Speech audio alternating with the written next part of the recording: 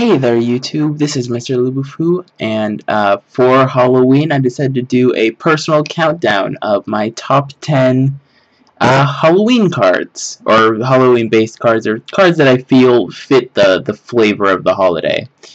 Again, this is just a personal list, so if you have anything against it, you know, everyone has their own opinions, but I'm going to try and make this video short and just show off some of the cool cards, a lot of them from older Magic. The first one on the list is going to be Bloodline Keeper / Lord of Lineage. Not just because it was like an incredible bomb in Lineage Draft and it was a fun card, but because it truly feels like he is like the Lord of the Vampires. I know that Baron Sengir also does the same sort of thing. Like, it feels very, you know, Dracula-esque, but Bloodline Keeper is one of those cards where, you know, it really feels flavorful. And the fact that there's 2 vampires on the same card, yeah, definitely decided to put it on my list. Next we have Greater Werewolf. This one was a little bit interesting. I had lots of options between the werewolves from Innistrad block and then some of the older ones. But I felt like I love some of the art of these older cards. This one's just, it really feels unnerving. And it really puts you in the position of, oh, this is painful transformation into a werewolf. As opposed to the ones from Innistrad, which just felt a little bit different in that werewolf trope. So that's why I decided to include Greater Werewolf on the list.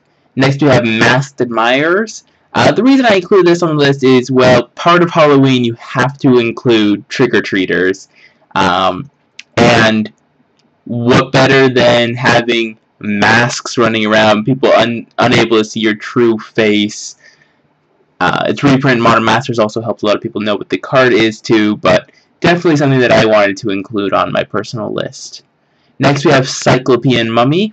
One of those cards that I mean, there aren't many mummies. There's a few of them running around. But what I personally love about it is, in the rules text, pre-errata, of course, that it says, if mummy will replace in the graveyard from play, remove it from the game.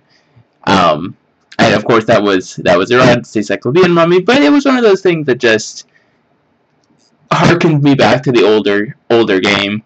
In addition, the art is fantastic for a mummy just reaching out, about to grasp some poor soul. Next we have Frankenstein's Monster. One of those really interesting cards where they were doing a lot of different things.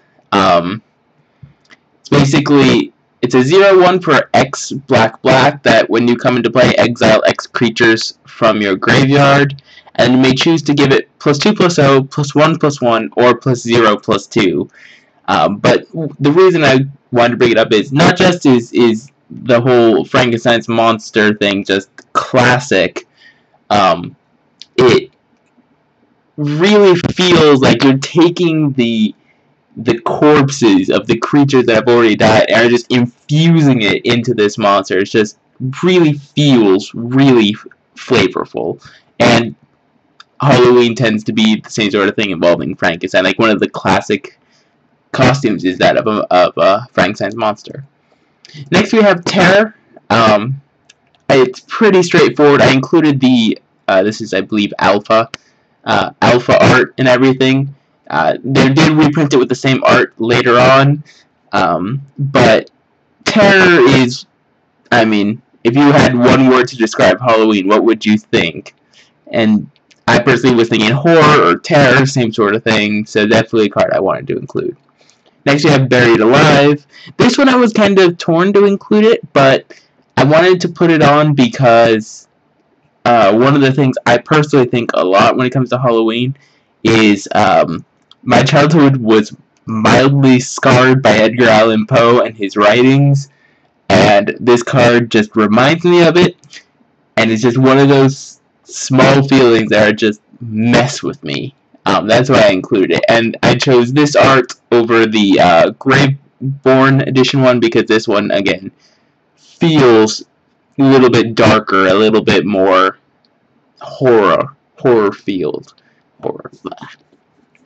Next we have Season of the Witch. I wanted to include something from witches on the list, and I felt Season of the Witch is probably. I mean, I could include any like Bog Brew Witch or any of the witches that have already been printed, but I figured I could encapsulate all of them by just saying, you know, it's this time of year, especially like the couple of weeks leading up to Halloween, where it's really creeping on it, that you start to feel it in your bones, and that's why I wanted to choose Season of the Witch. Next we have Army of the Damned. I had to include some obligatory zombie card, and what better way than to choose the giant horde about to consume you. I think this art is fantastic. I think that the flavor of the card is fantastic. It just is the epitome of a zombie in like zombie movies. What's the problem? Well, there's a whole lot of them. So that's why I chose this. And number 1 on my list, it should be pretty straightforward if you're aware of this card's existence. If not, well, here you go. All Hallows Eve. I mean, I really shouldn't be needing to explain this one too much. It truly feels, well, I mean, it's All Hallows Eve, the origin of Halloween. Like, it's perfect. It's got a jack-o'-lantern on there. It's got this spectral image. It just feels perfect. I think the art is great, and I'm just had to include it on the list. Anyway, thank you guys for watching. Please, if you guys have any suggestions for cards that you think should have been on the list, just leave them in comments down below. Everyone have a great Halloween, and thank you guys for watching.